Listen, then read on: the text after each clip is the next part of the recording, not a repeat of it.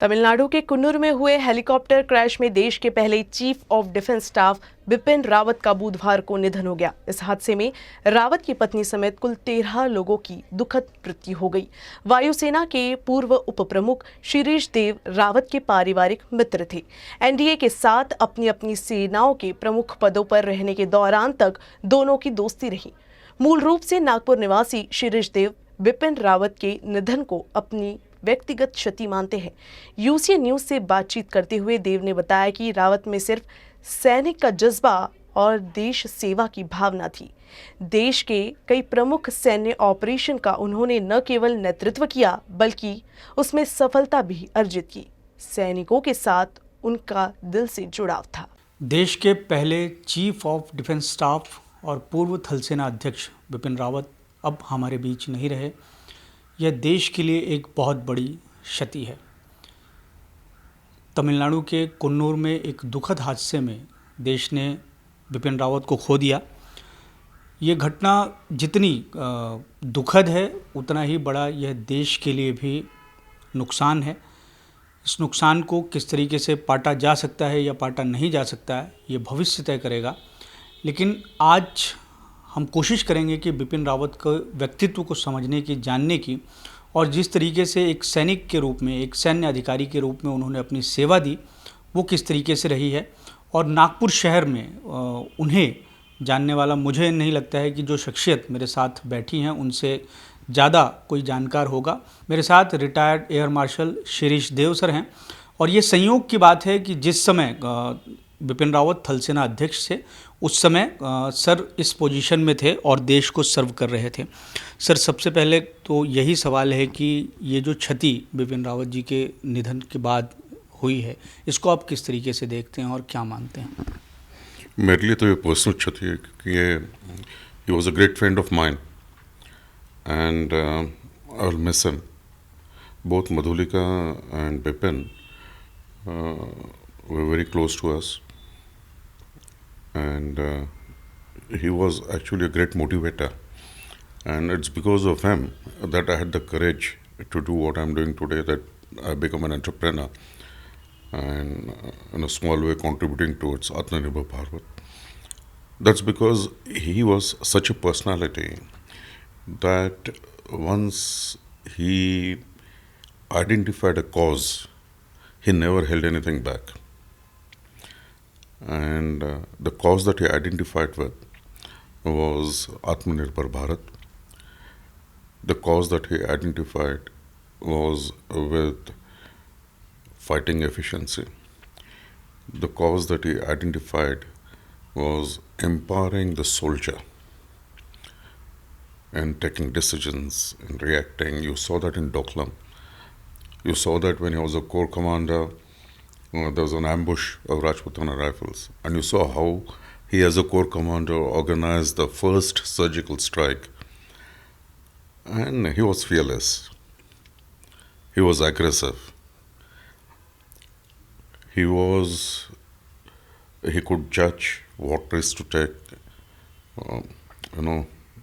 very finely, and he was a great war fighter, a great soldier, a great general, a man of vision and a man of details, both together. And I'll really miss him. उनके व्यक्तित्व की बात करें तो जो हम देखते हैं वो देश में अलग अलग जगहों पर दौरे कर रहे हैं या जिस तरीके से वो सैनिकों से मिलते हैं तो एक अलग तरीके का एक भावनात्मक जुड़ाव उनसे दिखता है। उनके व्यक्तित्व को आप किस तरीके से देखते हैं और इतने समय तक का आप जब उनको इतने करीबी से जानते हैं तो ऐसी क्या चीज़ है जो इन सारे गुणों को उनको देती है? मैं तो उनको 1975 से जानता हूँ, अभी से नहीं, जब हम एनडीए में साथ थे तब से जी। और वन ऑन वन जब ऐसे हम दोनों बात करेंगे, his personality was very engaging. If he starts telling you stories, he had such a इतनी मधुर भाषा में वो अपनी बात रखते थे और इंसिडेंट्स वगैरह बताते थे कि बिल्कुल ऐसा दिल करता था कि सुनते ही रहे। और बताने की बहुत बातें थी. He had a very vast exposure, starting from counterinsurgency, operations in UN, operations abroad, dealing with crisis like Doklam, or he really was. He really was a soldier. There was nothing else that was in his mind. क्योंकि उनके दिमाग में सिर्फ soldiering, war fighting, ऐसे he never got, his aim was always very clear to improve the fighting efficiency of the services. And that's why I thought as a CDS, he has done a wonderful job. And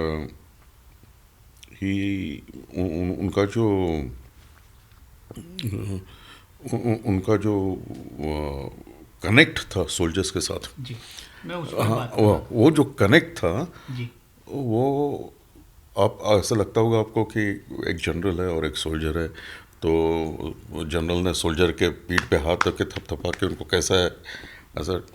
soldiers are smart. उनको पता है कि जो connect जो रहता है वो दिल से है या दिखावे के लिए है, और उनका जो कनेक्ट था सोल्जर्स के साथ वो बहुत डीप था.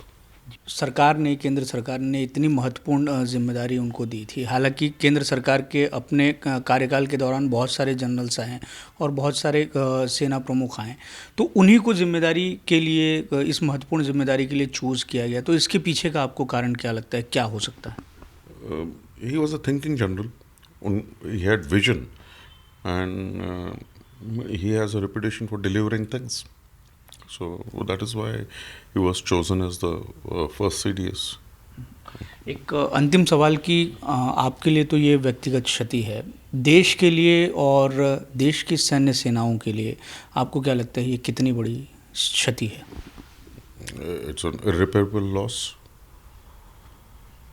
Okay, what will be inspired by his, example, and I'm sure we'll press on, but it will leave a void that can't be filled. और उनकी तो पूरी पीढ़ी की परंपरा ही रही है, उनके परिवार की परंपरा रही है देश की सर्व करना. Yes, his father was in the army, his grandfather was in the army. Okay, and he was, so his pedigree, there's no doubt about it. He was a soldier. तो ये थे एयर मार्शल रिटायर्ड श्रीश देव sir, जिन्होंने हमें बताया कि बिपिन रावत का व्यक्तित्व किस तरीके से था और किस तरीके से वो काम करते थे, किस तरीके से उनमें अनुशासन था, एनर्जी थी, और जो उनके अधीनस्थ जो लाखों सैनिक हैं, करोड़ों सैनिक हैं, उनके बारे में वो किस तरीके से सोचते थे, किस तरीके से उनका विज़न था. आज जो दुर्घटना हुई है और उसमें हमने एक महत्वपूर्ण, सबसे महत्वपूर्ण सैन्य अधिकारी को खोया है, ये ना केवल उनके परिवार के लिए, सेना के लिए, बल्कि देश के लिए एक बहुत बड़ी क्षति है, जिसकी भरपाई और जो कब तक पटेगी ये कहना बड़ा मुश्किल है. कैमरामैन अतुल गवई के साथ दिव्येश त्रिवेदी, यूसीएन न्यूज़, नागपुर.